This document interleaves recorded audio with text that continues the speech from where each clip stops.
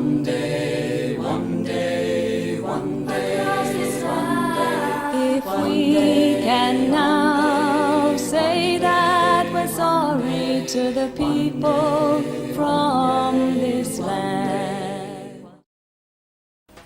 From early this century, the Catholic mission at Beagle Bay took in local Aboriginal families, as well as half-caste children from the Kimberley region.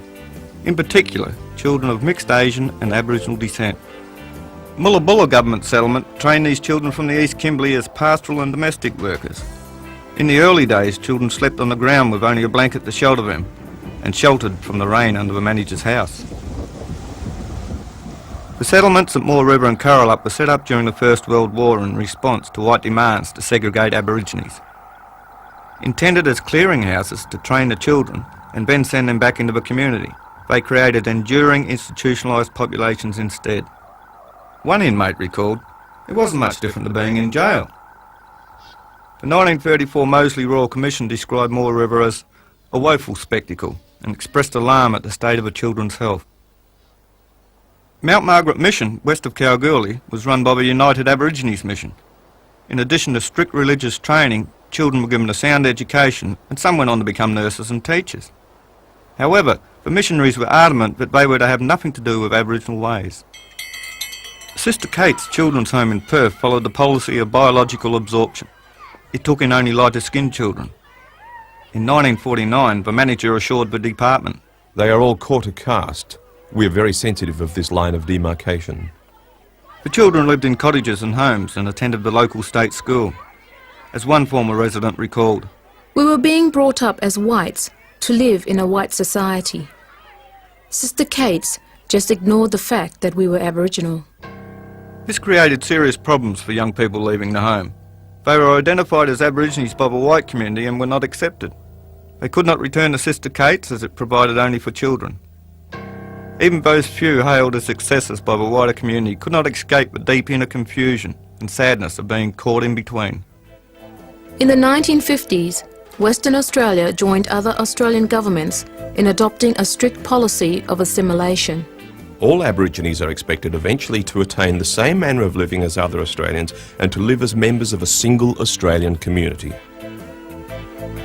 Now we were all expected to adopt the Australian way of life, to live as suburban nuclear families. We welcome plans to improve our living conditions, to free us from discriminatory laws, and to grant us the rights of Australian citizenship. Our leaders had been calling for this for years. But how could we abandon our own ways, especially the families we had kept together despite all odds, and that were essential to our survival? We soon learned that the government plans were largely empty promises. There was never enough funding, and the voters did not want change. While the discriminatory laws were slowly repealed, old patterns of control and poverty continued. When mainstream child welfare practices were adopted from the late 1940s, removals actually doubled. The courts now deemed our children to be neglected. Our camps may have looked neglected, as most reserves still had no water, sanitary or rubbish collection services. But we were blamed. An official inquiry in 1948 stated emphatically, "The welfare of the children is the only thing which should be considered. Those native parents who will not make any effort to improve their conditions and help their children are not fit to retain them." Our children were now placed into institutions, hostels, foster homes, and adopted into white families. Those who were adopted or fostered often grew up knowing nothing about their Aboriginal identity. Some were taken overseas. Others thought they were Spanish or Indian and only discovered the truth as adults.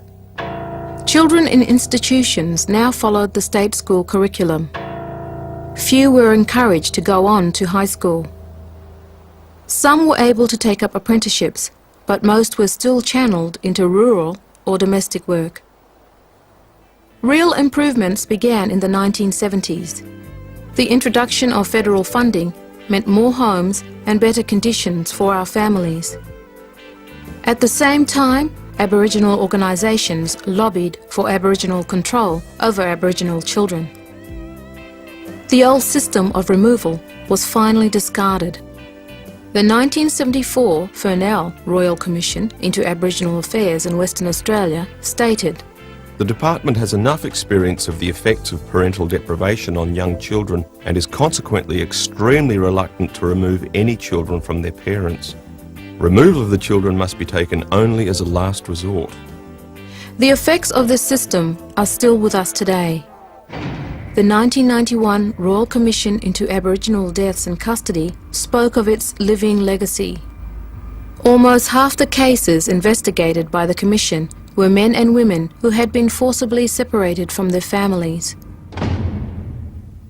Everywhere we see the psychological and emotional damage caused by the breaking up of our families over several generations. Research by the Aboriginal Legal Service in 1996 showed high levels of physical and mental problems, instability, imprisonment, substance abuse and unemployment, along with limited parenting skills and poor education. Current rates of removal of Aboriginal children in Western Australia for welfare or juvenile justice reasons are the highest in the country. In 1997, Aboriginal leader Mick Dodson told an international forum on the rights of children, Although the laws and policies of the past are gone, they are now effectively doing the same thing under a different guise. Many people are still searching for their families. Organisations such as Link Up are essential in providing a supportive environment where they can be reunited with their families, their past and their homelands, and where their wounds can be healed. We have worked for years to bring the issue of the stolen generations into the public arena. The Bringing Them Home report focused national and international attention on our suffering and struggles. The report found that past systems of removal fitted with definitions of genocide under international law.